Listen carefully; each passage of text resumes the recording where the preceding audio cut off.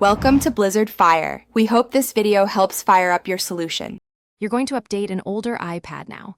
First, confirm its model and whether it supports a current iOS release so you don't chase an impossible update. Backup immediately, iCloud or a Mac/PC via Finder/iTunes, because updates can fail and erase data. Once done, plug the iPad into power and join a stable Wi-Fi network to prevent mid-update dropouts. Now open Settings and move directly to General Software Update to check available versions and begin the download. Start the download and let it complete. Large updates may take 15-60 minutes depending on size and connection, so be patient. If space is low, free up 24 GB by offloading apps or transferring photos. Use the Delete App or Offload App option in Settings.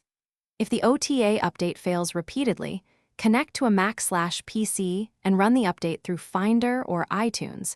This often succeeds where over-the-air stalls. Make sure you do not disconnect the cable until the process finishes. After installation, follow the on-screen steps to sign in with your Apple ID and verify that apps and settings restored correctly. Update apps in the App Store to ensure compatibility. If the iPad won't boot or is stuck during update, try a force restart first. If that doesn't work, put the device into recovery mode and restore via Finder/iTunes. If over-the-air updates keep failing, the one key troubleshooting move is a wired restore using a computer. This fixes corrupted updates. Thanks for watching. If you found this helpful, don't forget to like and subscribe.